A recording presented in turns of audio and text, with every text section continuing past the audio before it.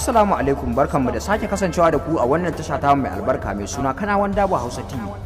Kada ka manta in yau ne farkon zuwanka wannan tasha ta mai albarka ka danna mana subscribe sannan ka danna ƙararrawar sanarwa domin kasancewa da mu a koda yaushe da zarar mun dora sabon shiri a wannan tasha ta mai albarka. A yau shirin namu zai tattauna ne akan Sani Ahmad da Hamisu Breaker da Auta MG Boy. To masoya wayannan mawaka guda uku kamar yadda muka faɗa muku Sani Ahmad da Hamisu Breaker da Auta MG Boy, muna so ku ware mana tsakanin wayannan mawaka guda uku wanne ne yafi iya tsara wakar soyayya a jita kuma a ji daɗin ta har ma a yaba da ita. To masoya Sani Ahmad da masoya Hamisu Breaker da masoya Auta MG Boy, muna jiran ra'ayoyinku a ƙasan wannan bidiyo. Ku rubuta mana comment da mawakin da yafi burge ku tsakanin wayannan mawaka guda uku wanda muka faɗo muku kamar haka Sani Ahmad da Hamisu Breaker da Auta MG Boy.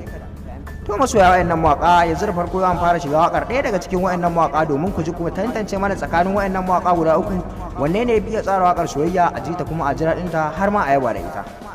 To masoya Hamisu Breaker da masoya Auta MG Boy da masoya Sani Ahmad, kada ku manta ku danna liking a wannan bidiyo sannan inda dama ku bi mana share ɗinsa zuwa group na WhatsApp. Mun gode.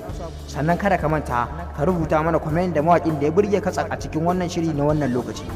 Yanzu da farko za mu fara shiga wakar Sani Ahmad domin ku ji yadda ta kasance kuma ku ji ku ware mana tsakanin wayannan mawaka guda uku wanne ne fi tsara wakar soyayya. Kai dai kada ka manta ka danna mana subscribe. Mun gode. Idan zan faɗi kalmomi na soyayya sufofin ki nake duba, da ke zana yi tarayya habar suna maza ne miki tamka ba. To masoya Sani Ahmad, kun je da wakar Sani Ahmad ta kasance ta kalaman soyayya. Kada ka manta ka danna mana subscribe sannan ka danna ƙararrawar sanarwa domin kasancewa da mu a koda yaushe da zarar mun dora sabon shiri a wannan tasha ta mai albarka mai suna Kanawan Dabo Hausa TV.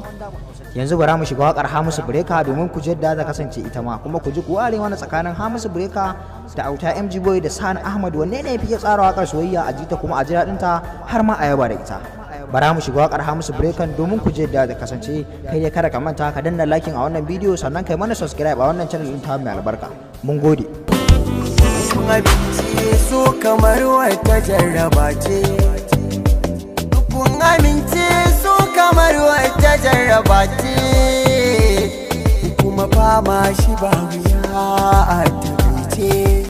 Masoya Hamisu Breaker, kun je da wakar Hamisu Breaker ita ma ta kasance ta masoyi majinyaci. Kada ka manta ka danna mana subscribe sannan ka danna ƙararrawar sanarwa domin kasancewa da mu a koda yaushe da zarar mun dora sabon shiri a wannan tasha ta mai albarka mai suna Kanawan Dabo Hausa TV. Yanzu bara mu shiga wakar Auta MG Boy domin ita ma ku ji yadda ta kasance kuma ku ji ku ware mana tsakanin waɗannan mawaka guda uku wanne ne yafi iya tsara wakar soyayya a jita kuma a ji daɗin ta har ma a yaba da ita. Kai dai kada ka manta ka danna mana subscribe. Mun gode.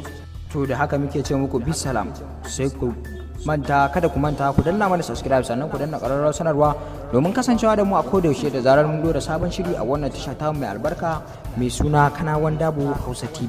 Mun gode masoya Hamisu Breaker da masoya Sani Ahmad da masoya Auta MG Boy, kuma ku ci gaba da kasancewa da mu a wannan tasha ta mai albarka domin kawo muku shirye-shirye masu ƙayatarwa masu kuma nishaɗantarwa. Bisalam.